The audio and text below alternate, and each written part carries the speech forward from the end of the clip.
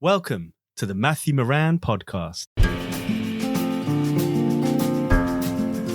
Here you will find a series of in-depth conversations with the world's best nature photographers, filmmakers, conservationists, editors, writers, and publishers. You will get an insight into the lives of creative professionals and industry experts, what goes on in their minds, how they approach their work, and how they make it pay. The podcast also looks at the role that photography and filmmaking plays in helping to raise awareness about the global plight of species. And despite the depressing statistics, we look for solutions at what we can all do to contribute to conservation. All my guests give up their precious time and are incredibly generous of spirit. So this is my chance to share these conversations with you. So sit back, relax, and enjoy. This week, my guest is Charlie Hamilton James. Charlie is a photographer, filmmaker, and presenter who covers a broad range of subjects from wildlife and conservation to indigenous communities living in the Amazon.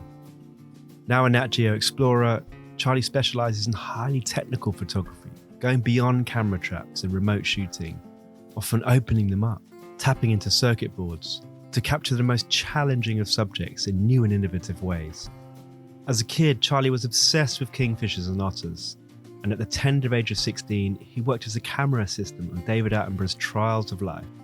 Despite his glittering career in TV and film, Charlie always wanted to be a photographer and is now a regular feature contributor to National Geographic magazine.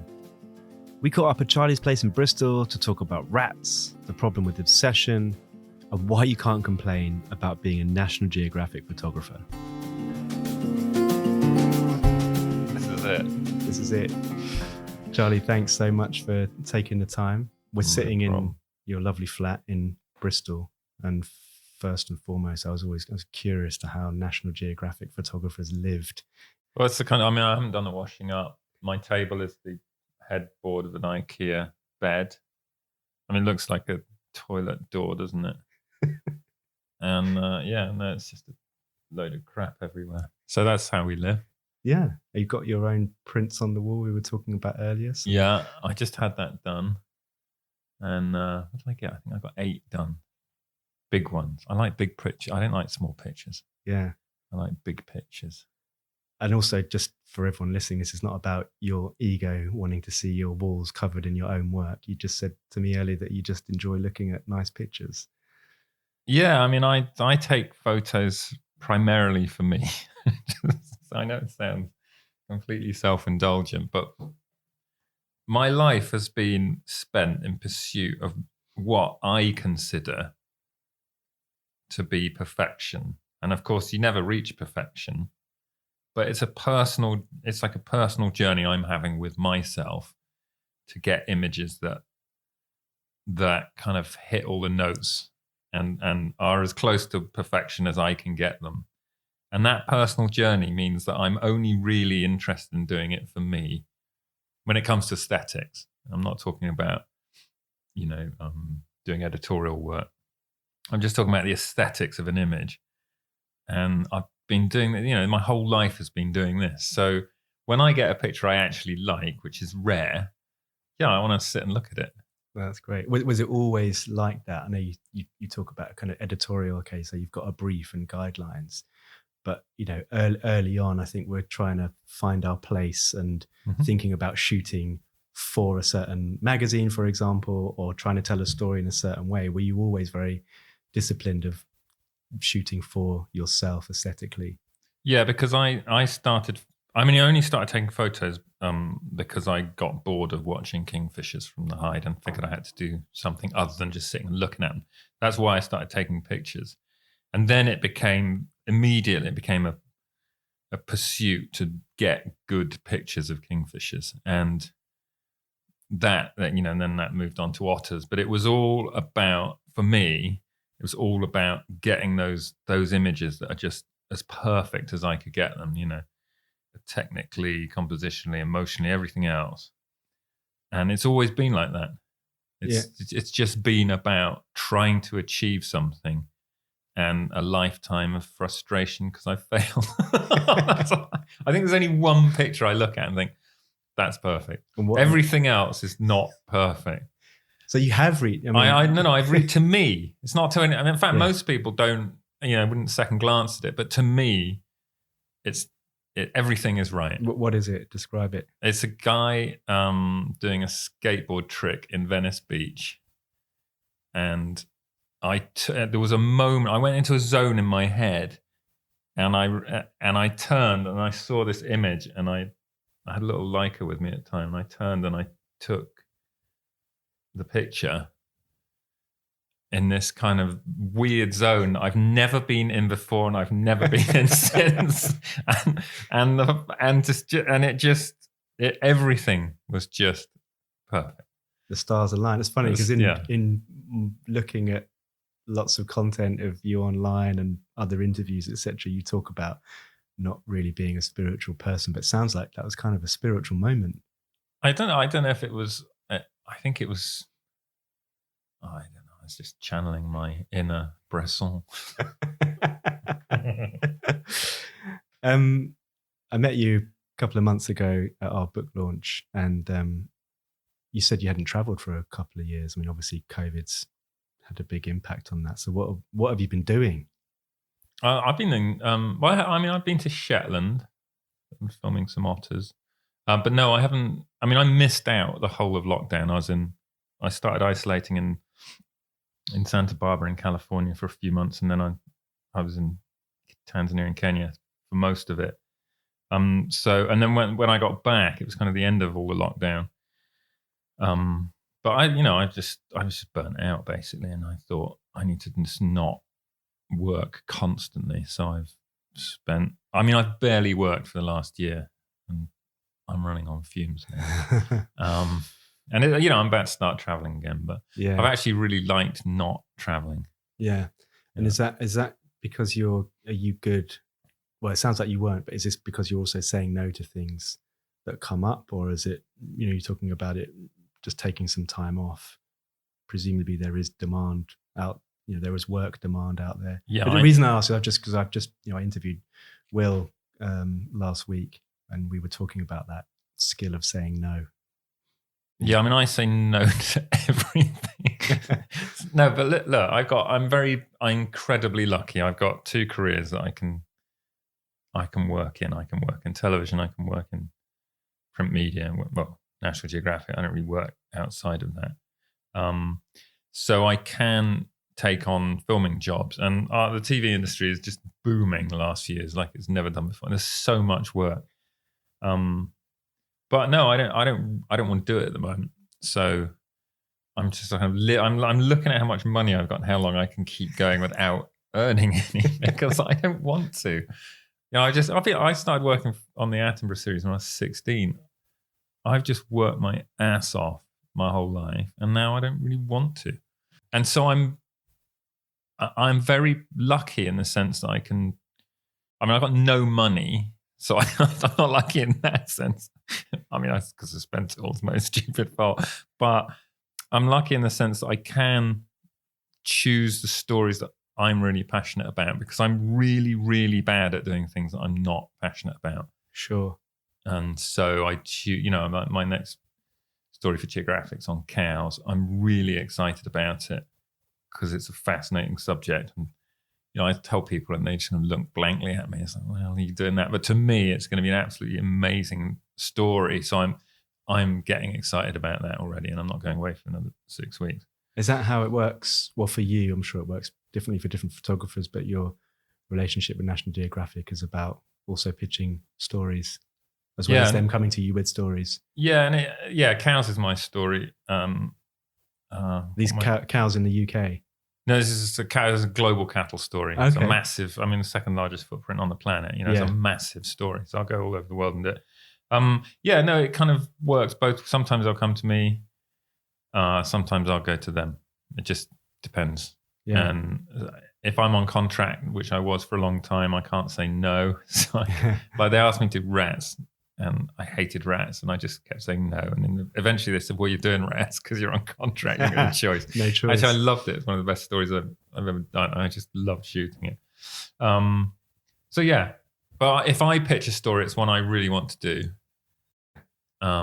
I watched quite a bit of that, the behind the scenes stuff you were doing with the rats, and you seem to really, you're doing a lot of anthropomorphizing and hanging out with your buddies in New York because you referred to them.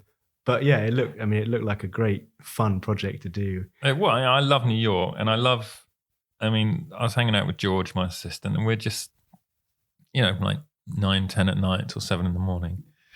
We'd wander around with, our camera bags. We'd look for rats, and then we'd get our deck chairs out and start photographing. It was just fun. Yeah, it's the kind of city where you can do that kind of thing. Yeah, and you can order a pizza at 4 in the morning, and some bloke will turn up on a motorbike to the street. I'd be sitting on the bottom of Broadway photographing rats. This guy would turn up with a pizza, and it's on expenses. It's the dream.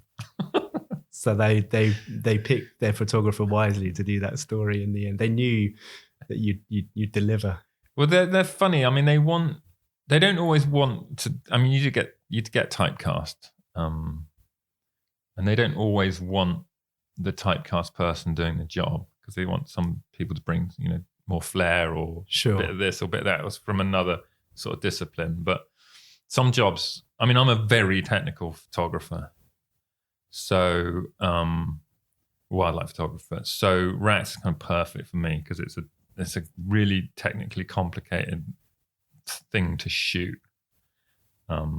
So they bring me in because I've got that skill set that suits it. Yeah, and when you say technical, just kind of broadly speaking, that's lighting, camera traps, remote triggers, that kind of thing. And yeah, so we were at the bottom of Broadway outside TGF Fridays, and there's a drain which is just heaving with rats, and the bars in the drain are 48 mil wide, I think. And I want to get a camera. I want to get a shot down that drain. So, I go to Adorama, buy a camera with George, and we're looking for a camera that's less than 48 mils wide, basically, that has its own flash, that has a HDMI interface, that has a remote trigger interface. And we eventually find one. It's 40. It's 1 millimeter big. I can't remember exactly how. Oh my God. And it's this Sony, and it was like $700. And we go back to the hotel room, and I just rewire this thing. I put, optical slave units on it. I've got a monitor. This tiny little camera is just covered in wires coming out of it by the time I finish it. And then I'm going to force it through the gap in the drain. And of course, it's a millimeter too big. Half a mil each side. Yeah, so I completely destroy the screen, almost ruin the lens port, get the camera down there. And then I'm sitting on the sidewalk. I'm sitting there on the pavement with a monitor and a shutter button, watching everything. And I've got a studio light that's above the drain.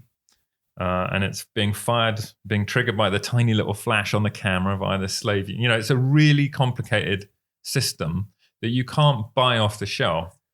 You got to make it with a soldering iron and some gaff tape and a Leatherman in your hotel room. And I get to do jobs like that. And a lot of the sort of freshwater work I do is the same. Everything's made by me to order. I hate using engineers because they overcomplicate the crap out of everything. I want to do it really cheaply and efficiently with a Leatherman and be in charge of it as well. Yeah, so when it goes wrong, I know how to fix it. Yeah. So. And is that do you know, like from the outset, because obviously you've got these images in your mind, that's what you need just to get that, like elevate that shot just marginally? Is that something you think about when you're approaching like technically difficult subjects? Because obviously it's very easy just to grab a long lens and be above ground and not to have those issues. But are you thinking about always trying to elevate a scene or a subject? Yeah, I mean, I actually rarely use long lenses. Most of my work's done between sort of 24 and 100 mil. And what I'll do is I'll just sit on Google. I just go through every photo that's ever been taken of a rat. Sure. And I think, right, okay, now I'm going to do better. Because as I say, I'm on my own little journey. I'm not trying to show off or prove to anyone. I'm just, to me, right, I'm going to do better than that. And how am I going to do it? Now, it's not just the technical just gets me where I want. The kind of storytelling and the emotional part is what I'm interested in. How do I take a subject and present it to an audience in a way that not just tells you the story of the subject, but gives you an understanding of how that subject exists and how we see it. So when we were doing rats, for instance, there was a shot. I want to get a shot of, the opening, the opening double page for the story. All right, if you were walking down the streets of Lower Manhattan at night, you're going to see a rat, right? How's it going to look to you? So I did a very complicated shot where the rat runs through a little bullseye of red light with white light, and it's running through the sort of this bullseye that I made on the pavement out of flash guns. And it's silhouetted, and you got the cab going past, and there's the bins and the skyscrapers, it's shot from a higher up angle. The human eye view. Yeah. So this is what a rat looks like to you when you're walking along. And that's how I'm approaching the subject. I'm not like, I don't want to go and just photograph a rat. I'm not interested. The subject to me isn't the image. I'm not trying to document a rat. I'm trying to create an image that tells you something about what a rat is, how a rat lives, and how it interacts with you and its environment, I guess. But then presumably the story, about an animal that basically everyone, including yourself, hated before you did the story. And I'm sort of applying that to, okay, we did this book on foxes, and you're trying to show it in a different light, and again, using different techniques and getting technical about it to try and get good shots, and then to be able to communicate to people, hey, look, not all foxes are pooing on your doorstep for fun or tearing up your rubbish. They're, that rubbish is a human problem. It's not a fox problem. And so was that also kind of part of the brief? I know you talked about trying to show them in beautiful light and just also, get some emotion going with some of these pictures. Yeah, no, I'm not trying to win anyone over. No. I am not a massive fan of rats. Yeah. You can think what you like about rats. That's not my job. My job is to try and basically recreate what I'm seeing to the audience. I don't care whether they like or dislike rats. In fact, the fact that so many people dislike rats is why the article is so successful. But yeah, it's just about, to me, it's about playing with technically complex visuals to create something artistic. So we were talking earlier a bit about your work in the Amazon, and you've spent numerous years, particularly in Manu National Park. And watching some of your videos, I think your approach and the things that you were talking about just really interesting in terms of going to these places and not exoticizing the communities, and getting images that, in a sense, like you were describing about the rat, real images of real people living day to day. And that's a hard thing to try and transcend, especially if you're beholden to a magazine that wants to sell magazines. How do you go about approaching that in the first place? Well, I never had any interest in people when I was growing up. I was just not interested in people. I liked animals. The reason I was in Manu was because of otters. I was filming otters there for years for the BBC. And I drifted into, I get called an anthropological photographer now, which kind of irritates me because I never wanted to be. I still don't have any aspiration to be known for photographing Indigenous people. Yet I do a lot of work doing that. And I think one of the reasons I'm, I guess, successful at it is because I haven't gone in with a load of romantic preconceptions of who these people are. I never really cared who they were. They're just people to me. And yeah, they do live extraordinary lives, but so did everyone. We all live extraordinary lives. They just live slightly different lives to us. And so I think very early on in my kind of work, certainly, and in fact, Manu was really the first work I did with Indigenous tribes. It was more about exploring the similarities we have than the differences we have. And I think because, what most journalism does is to exoticize, certainly Indigenous people, is to exoticize, to romanticize and exoticize, and is to exaggerate difference. And I think you make people very inaccessible to a reader when you exaggerate the differences we all have. I learned as a filmmaker, I worked making films and trying to get an emotional connection between like a mayfly and the viewer. To me, that was a skill I had to learn. And I basically applied what I'd learned from that, which is, okay, what makes us all similar? Well, struggle does. And success from struggle and falling over and making a mistake or being imperfect. So I kind of got all these things that I've been working on for years trying to understand, and I started applying it to my work in the Amazon and basically looking for the common threads we all have in our lives. And yeah, you might be a 9-year-old girl with a monkey on her head living in Peru, but what makes your life common with our life? And if I can find the things that join us together, I think people are more engaged. They're more emotionally invested in understanding about other people rather than just exploiting, I think is the word, and exaggerating the differences we have. And almost always that's done for a picture editor, a commissioner, or the journalist's own ego. Going back to your time there, one of the things that I really enjoyed watching and reading about was your approach in going to live with these communities to better understand them.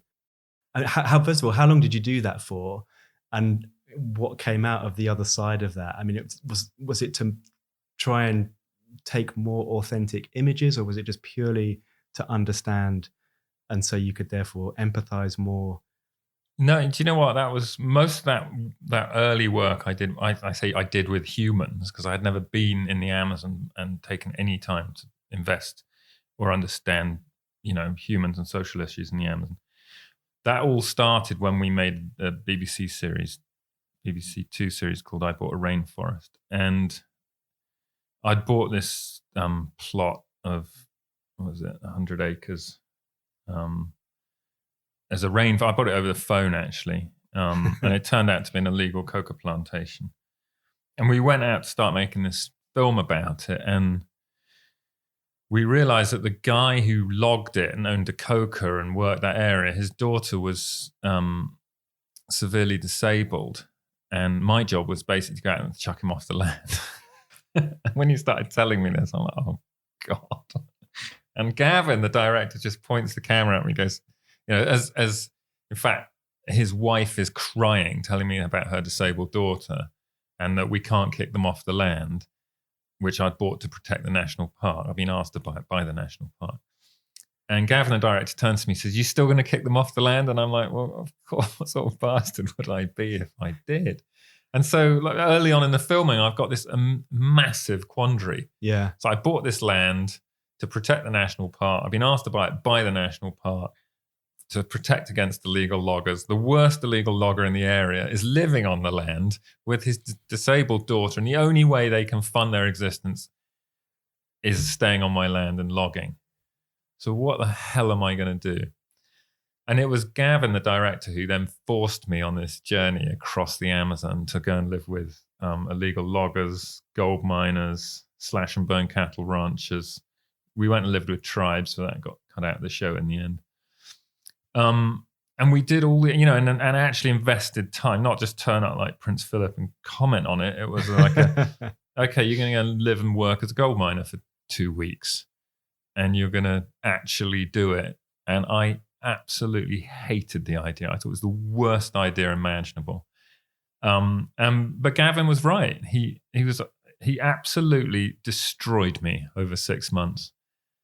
And he turned me in from, I guess, someone who was slightly right-wing into what the Daily Mail described as a whinging liberal. That was actually my email signature for years. It said, Charlie Hamilton James, the whinging liberal, the Daily Mail. I'm so proud of myself. But the thing is, what it did is I realized, firstly, I started to understand the problems that the Amazon faces. And I started to understand them through the common humanity and common humility and understanding of the pressures and needs that we all have to survive and support our families. And the idea that you could be an illegal logger with almost no money, trying to survive in this enormous infinite resource and not actually use it seemed absurd, and so the dichotomy started to unravel, and I started to see the people as people instead of as good guys and bad guys. And you start to unlearn everything that you've been told your whole life about. Yeah, the absolutely. Amazon. I think the more I understood, the less I understood was kind of how I saw it. And I maintain this idea now across all the work I do. I never cast anyone as a villain in conservation anymore, because you can't, because their pressure, we don't know their pressures. So I try that changed me a lot in the sense that I try now and present two sides of a story. Sure. Rather than just, this is awful, and it's these poor people over here that are screwing it up for us. So it's the idea that you can just berate people trying to survive on the other side of the planet from the comfort of where we are. It's just it's absolutely absurd to me. And this is what I really enjoyed hearing about, and certainly made my ears prick up, because you don't often hear people talking about conservation being this bourgeois concept. Yeah. But it's true, I think. And I was telling you about, my mate who has worked for Fauna and Flora for years in Vietnam, and same issue. How do you tell a poor person to stop going in the forest and hunting, rare monkeys to feed their family? It's a complicated issue. Yeah, and if you look at most of the world's protected areas, they are surrounded by poor people, and we ignore those poor people, are in peril, basically. We don't invest in them, and we just shit on them and shout at them and have a go at them when they do stuff we don't like. Yeah, and that's it's just profoundly wrong. So I guess what I'm trying to do in my own little way is just give more balance to it. I put some pictures of on my Instagram feed a couple of days ago of bird poisoning in near Lake Victoria in Kenya. A story, it's a story I covered pretty extensively. And, I wrote at the bottom, yes, this is awful, but, we all need protein. Where does our protein come from? And there's all these people have got to get some protein. And, the global need for protein is enormous. So it's very easy to think. And I go through the comments, people haven't read it. These people are so evil, and they're not. They're just trying to get some protein. Yeah, I'm sure some of them are, but some of everyone's. There's evil people. It's just to survive a lot of the time. Yeah, and I think it's also rich, especially coming from, the UK, where nature, wildlife is so depleted here. We've hunted everything out. We used to have bears, wolves, lynx roaming these lands, and you look everywhere. I mean, look at now the issue with river pollution, for example. It's just appalling. And then to expect other countries, we expect others. I think we do. It's just a bit more compassion, isn't it? And I think actually a lot more compassion would solve a lot of the world's environmental problems, but we don't. We allow it to get politicized, and we allow black and white thinking to get involved, and dichotomy thinking, and that just doesn't help. Do you have any experience of these positive conservation stories through your work? And if you don't, you're talking about, it does make sense that if we show more compassion, it can help solve the world's problems. But how do we then take that idea on and deal with issues like most of the edges and buffer zones of national parks are surrounded by poor people that are not allowed, or in some cases they are, of course. But how do you? What are your thoughts, and what's the fabulous outcome here? Well, luckily, I did a story on Gorongosa National Park in Mozambique, and Gorongosa is fascinating because if you look at old school, colonial models of conservation, they're based on ring fencing. And that's basically you take everyone out, like in Serengeti National Park, you basically push everyone out to the edge and you just ring fence and protect that area that's important to biodiversity and wildlife.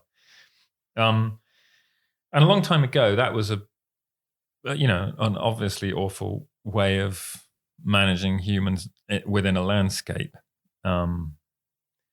What we face now is that is the only way of protecting certain areas, because there's so many people and the pressures are so enormous on the landscape. But what Gorongosa has done is actually said, okay, well, we're going to we're going to basically create we're going to create economy in the buffer zone. And it's the buffer zones that are so important because they're the migration routes. They're where the poaching happens. There's all the interaction between the human world and this protected animal world happen in the buffer zone.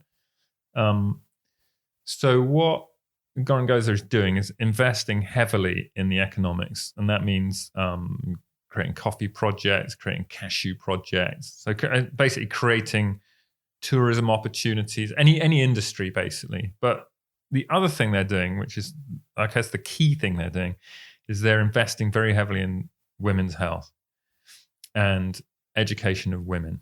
So if you can educate girls from a young age to the same and to a higher standard, but to the same standard that boys are getting educated, because often the girls are pulled out of school early. If you can keep them going through, school until they finish, the birth rate drops, and the birth rate has to drop. It's a lovely idea that we can all just keep breeding all over the world, but we can't. It's scary. Especially, I know, in places where it's unsustainable. It's unsustainable for all of us. So what they're doing is they are basically investing heavily in jobs, education, health of women. And as a result, it's already having an effect. The population's coming down a bit, but importantly, the health and the happiness of the people is going up, and the protection of the ecosystem is improving.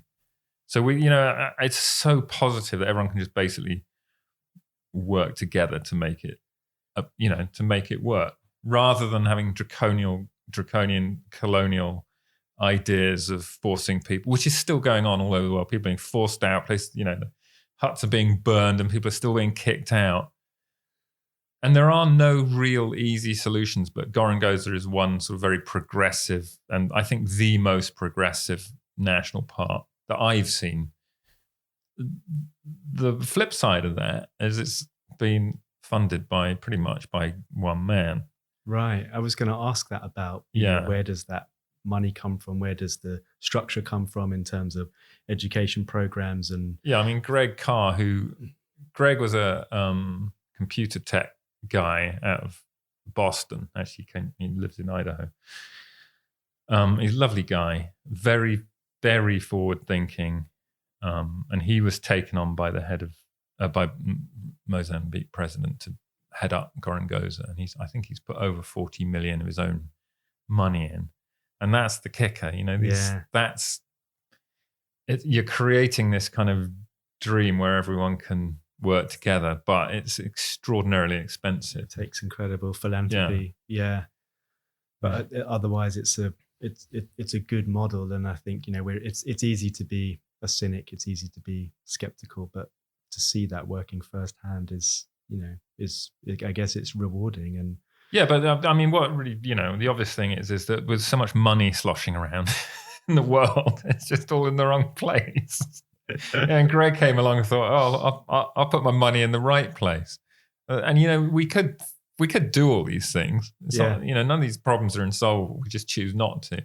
And so that's the real, cynicism of it. We were talking at earlier lunch about you failing catastrophically at school, but having this dream as a 10-year-old boy of photographing for National Geographic, which you've been doing now for a number of years. And I was curious to sort of find out what it was like. And there's a bit of a backstory. And I used to play the drums when I was at school with my mate Jack, who went on, and he's a pro drummer now, and he's tours the world. He plays with Bonobo. He was just at Glastonbury this weekend. And, I remember this crappy drum room that we sat in at our school in North London, playing this beat up old set. And I often thought about, if I told him then, like, you'll be touring the world, he would have chewed my right arm off for it. But actually the reality is, he's away from his family a lot. It's a pain in the ass. Yeah. And, it's that whole, and I guess now as well with the prevalence of social media, it looks like a real dream. And I know you've written about it, so you want to be a National Geographic photographer, but do you allow yourself some, do you look back at your 10-year-old self, well, I've done pretty well. I've kind of lived that dream as I imagined it when I was 10. I guess half and half. I mean, I always say success doesn't make you happy; it just makes you busy. Yeah, I mean, from the outside, my job looks amazing, and as a result, I never moan about it to anyone but the people closest to me. Because you can't, it's so extraordinarily privileged, my job, that yes, it is really hard sometimes, but on a relatively. Sure. Do you feel pressure when you go out and shoot stories? Yeah, I do. I feel enormous pressure. I always kind of joke and tell people when they're getting their first assignment, it's the most exciting thing in the world. You just got your first assignment from National Geographic, and then you just go and cry for 2 months in the field. My first assignment was otters. I had 3 months to shoot otters, and I went to Shetland, and it rained almost every day for 2 months. It was just, I didn't enjoy one bit of that assignment, and I still really struggle with some assignments. I just did chalk streams in Dorset and Hampshire, and I thought it'd be a lovely way to spend 2 summers on these rivers that are just the most beautiful things in the world to me. But I have not really enjoyed that assignment at all, because the pressure to go out and create. Well, I always, it's like alchemy to me.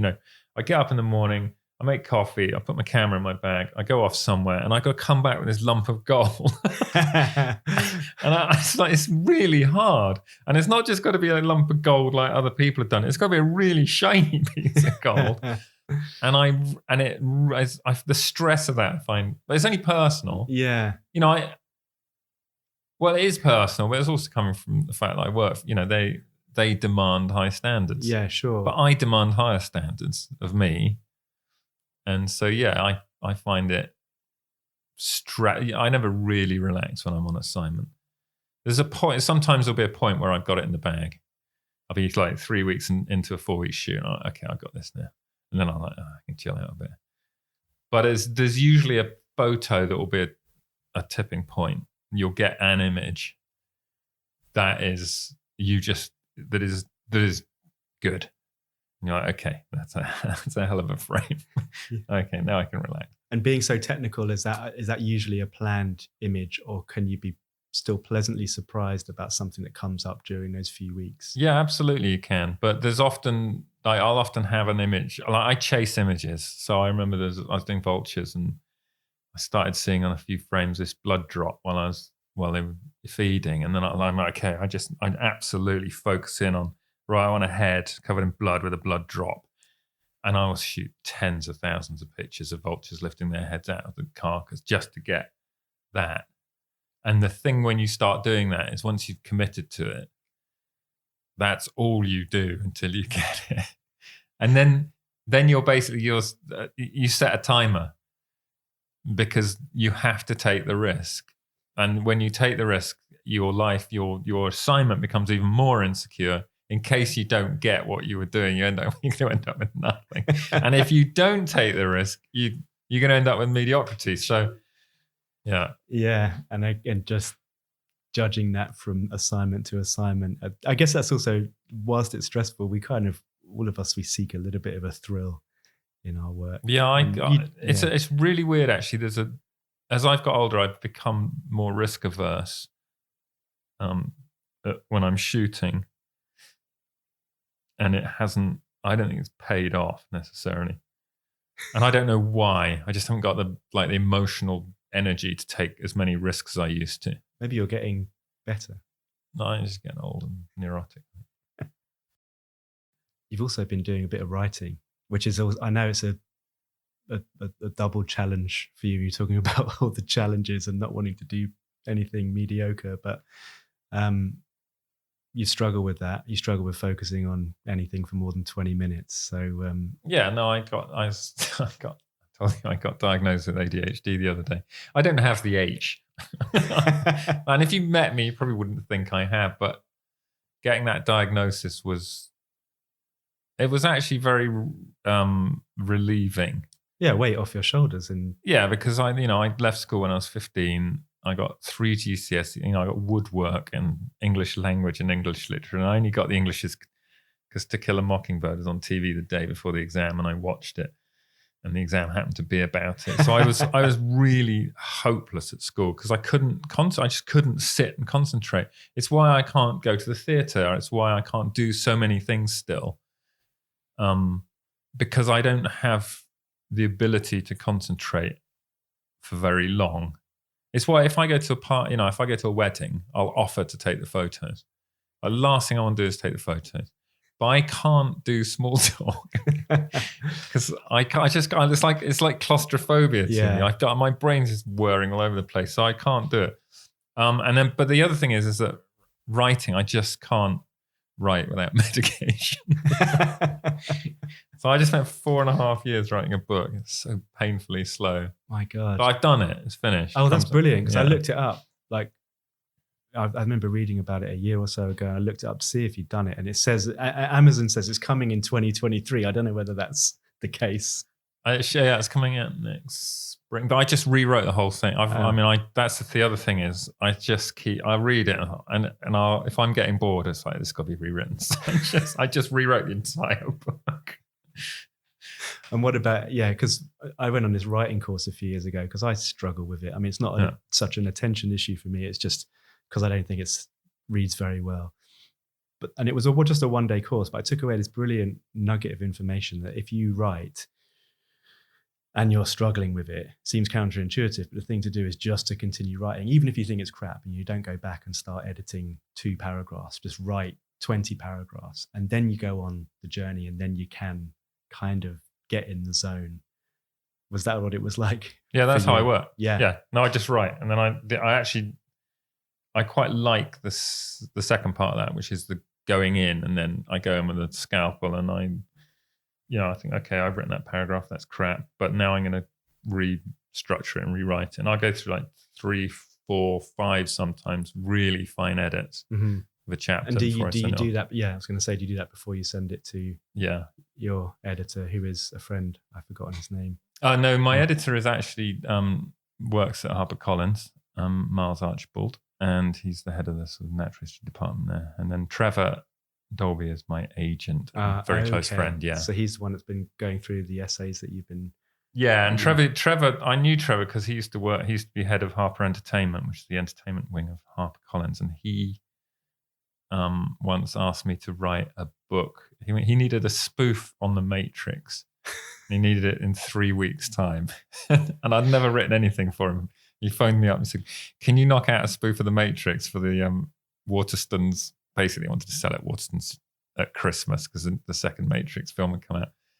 And so I wrote him a spoof on The Matrix. And I said The Matrix. It was called The Matewix because the guy in it couldn't say his R's properly. And I knocked it out in 3 weeks. And it sold 40,000 copies. Again, nearly got on the bestsellers list. That's hilarious. And you spent all this time writing a book that hasn't been published, and then you rewrite it. And, well, hopefully it'll reach that level of success. I hope so. Well. It's very naughty. Yeah. And what about your essays that you started last year? I also need to get the book finished. Yeah. So I enjoy writing the essays. I kind of like to deconstruct things, including myself, and I'm happy to do that. So I kind of I write a lot about how photography is. I guess I write a lot about photography, but my interest in actually is how photography, what photography robs from us. In experience, I think more now than ever before. This idea that we actually ruin our experience of the world by trying to capture it. Absolutely, yeah. I mean, that's happened. I mean, so many personal experiences of that, particularly looking down a long lens, you just get this tunnel vision and that obsession to get what in the end is probably not going to be a very good photo. Missing a really good experience. Absolutely, turning a family holiday or trip to the beach into an Instagram picture, it just ruins us. So yeah, we all do. But it's true. It's just like, oh, I can put that on the gram. Oh, wait till the lights. But it's rather than actually indulging and investing in the experience. Yeah, we try and capture the experience to kind of present our life like a bumper sticker to everyone else rather than actually just experiencing it. Yeah. And we're all guilty of it, except those people who don't use Instagram. But I know I am. So I'll sit and pick that apart. And to the point where I'll say, okay, so I'm going to put I'm not going to do it. I'll put my phone in my pocket. I'm going to experience this. And then every time the light comes out, I'm like, I should just the guilt then sets in. And I'm like feeling guilty that I'm not photographing. And it's just, that phone is like burning a hole in your pocket. Yeah. And it really annoys the crap out of me. But yeah, and I guess it would also be easy for people to say, oh, that's your work, Charlie. It's easy for you to say. Well, no, that's what I say. That's how I justify. I watched a guy once drive. I was standing on the. I like photographing people doing selfies. I spend a lot of time doing it.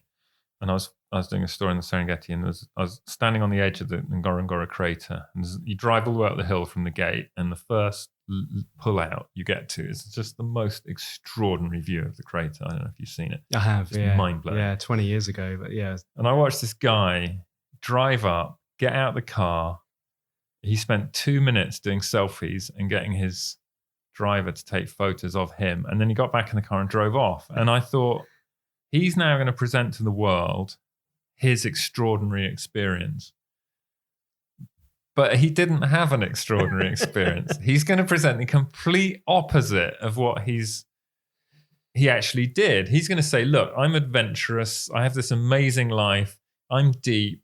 I understand nature. I'm an adventurer. And actually, he's none of those things. Yeah. He's just a guy that got out of the car and totally indulged in himself for 2 minutes before buggering off. And so the presentation is the opposite. Yeah. And what did he actually miss? Well, he missed everything. I know. It's one of the great views in the world. Yeah. We should all go back to film. Then you wouldn't have that instant gratification. No, you're right, but it's awful stuff. That we well, I know it is. That we all desire so much. I mean, you're really playful in a lot of your Instagram posts, and some of just stupid.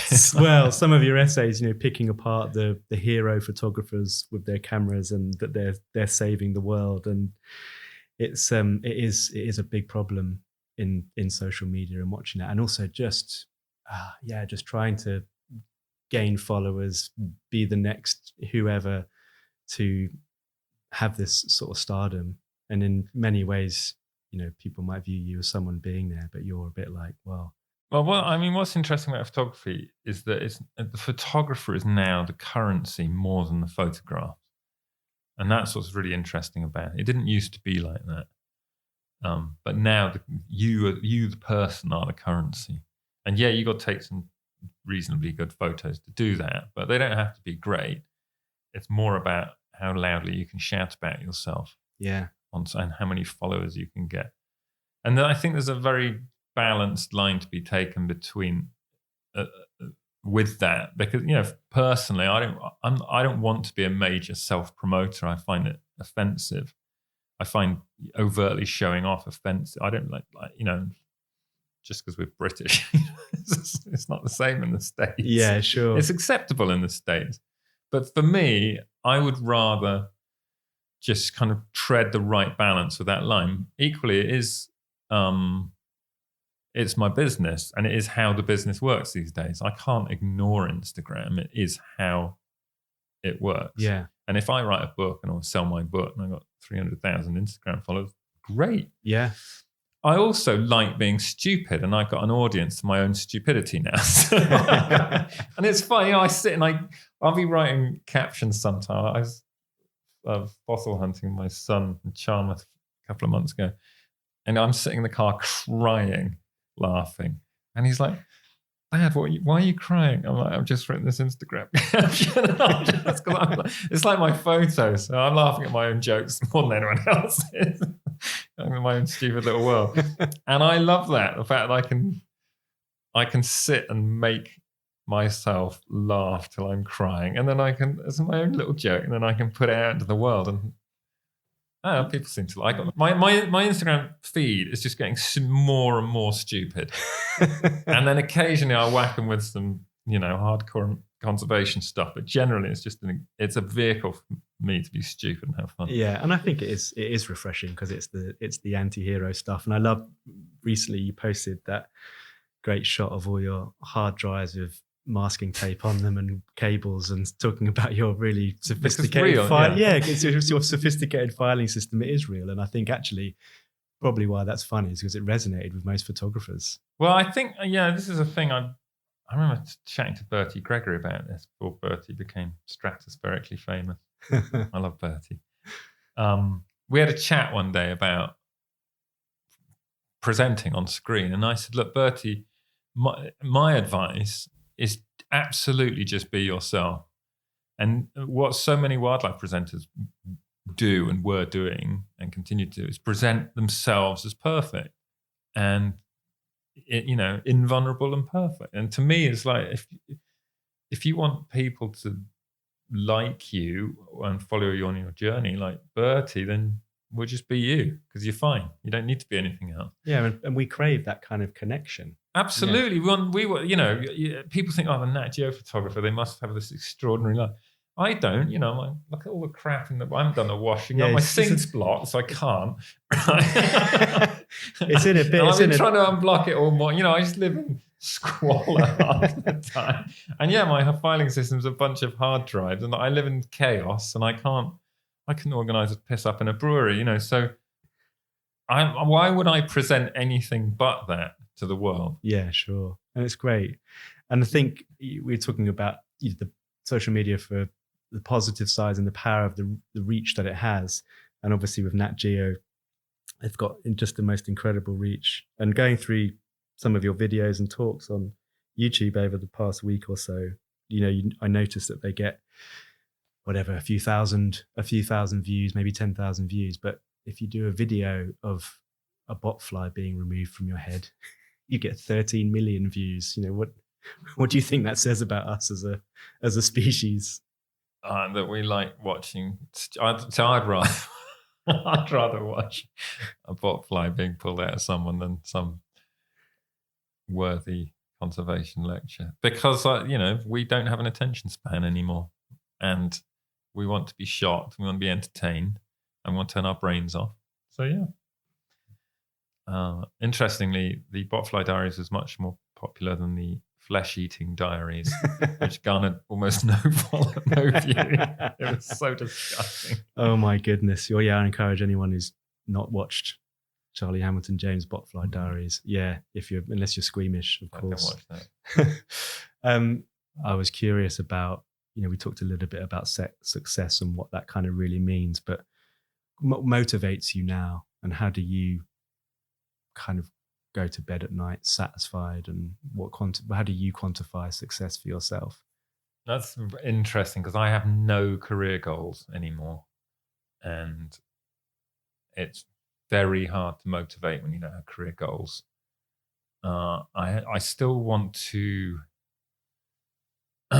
work in conservation photography for the good it will do, but I'm also not someone who inflates how much good that is. Yeah, I'm very aware of, photos. Yes, they can be powerful, and sometimes they are powerful. But as we discussed earlier, they are just a small part of a much bigger movement.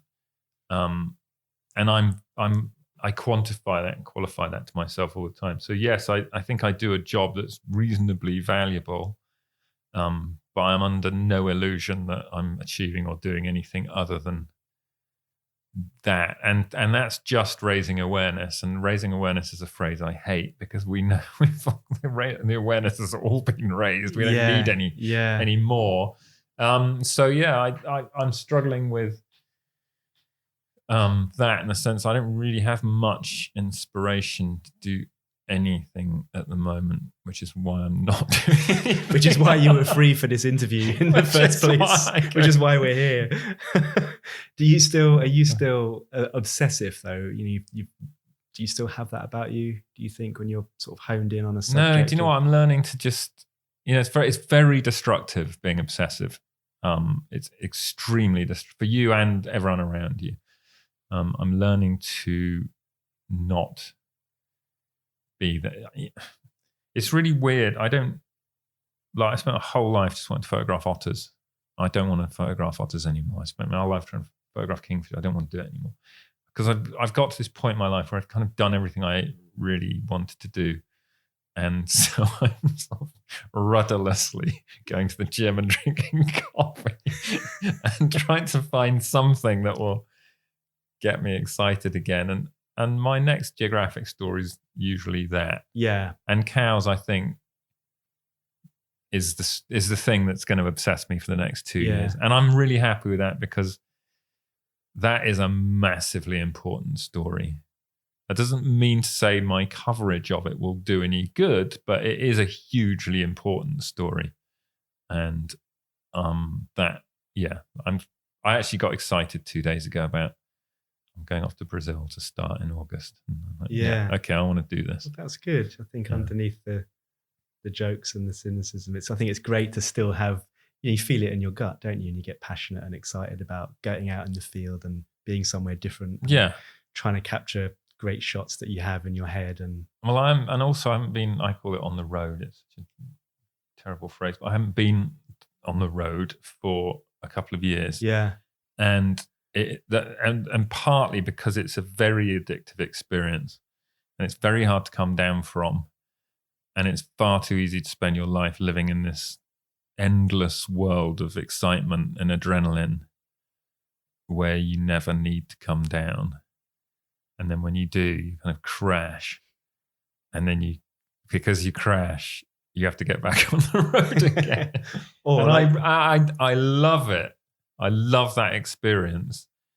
But I haven't had it for a year and a half, whatever it is. And I need to just, that's why you won't have to watch some crap TV when you're back here, right? That's all I do. Yeah, I get back and I just turn my brain off and then go away again. And with that story, it's a 2 year. You've got 2 years to get these images to tell this story. How do you go about? Can you break that down just briefly in terms of how you start and what's the midpoint? How you hope to wrap that? I haven't got a clue. I haven't done. No, so before we do a story, we do a coverage plan, and we haven't done the coverage plan yet. Right. But presumably the target things are, you like things like methane, carbon footprint, land use. Is that? Yeah, but also culture, history, and the effect that cattle's had on indigenous people across the world, biodiversity loss, predator control, meat, dairy consumption. It's not, and the other thing is, I don't want to go out and just make everything bad. Sure, I got to tell a balanced story. I'll go and photograph rodeos or bullfights, and I have to try and understand two sides of this. There might not be two sides of a story, but I have to understand it through other people's experience of it, and what it means to them rather than what it means to me. So, yeah, okay, it's inevitably going to be skewed in one direction because cattle have and continue to be hugely detrimental to the planet. We can't pretend that they aren't. So yes, it will have that. I'm not going to say bias because it's not a bias. No, but it's more fact. Nuanced. Yeah, discussion. it's a fact. Okay, so they are detrimental to our planet. That's not an opinion. Yeah. So how and why, and tell some human stories, because human stories are how we get things across much better, I think, than just boring facts. So my job is to whittle out what the human stories in all of this. Well, we really look forward to seeing that unfold and getting some more good-humoured nature stuff. I'll just cry my way through it. Well, you talked about stress doing, 3-4 week stories. Oh my God, 2 years. Well, I guess you've Well, no, it's not 2 years. They'll all be like 3-4 weeks. I don't even know how much. I'll probably only get 12 weeks in the field. Right, okay. That's how it tends to break down. Some stories you get 6. Serengeti was 26. I had 2 years, 26 weeks in the field. I mean, that was massive. But no, this will be 12, 14 weeks in the field. Brilliant. Charlie, thanks so much for taking the time. And Good to talk. Look forward to seeing what happens. And with your trying to mellow your obsessive side, it'll be interesting to see how the images are reflected in that. But I really enjoy seeing your work and love your stories. And I hope you get writing some of these essays again. We've got an audience waiting with bated breath. When are you gonna? I'll get on with it. Yeah. Cheers. Thanks so much. Cheers. Big thanks to Charlie for his time, honesty, and refreshing approach. And it will be really exciting to see the cow story unfold over the next 2 years. And if you don't follow him on Instagram already, you can do so on @CHamiltonJames. That's C Hamilton James, to see some amazing images, great behind the scenes content, and lots of messing around too. I have got lots of exciting guests lined up in the next few weeks, so please stay tuned.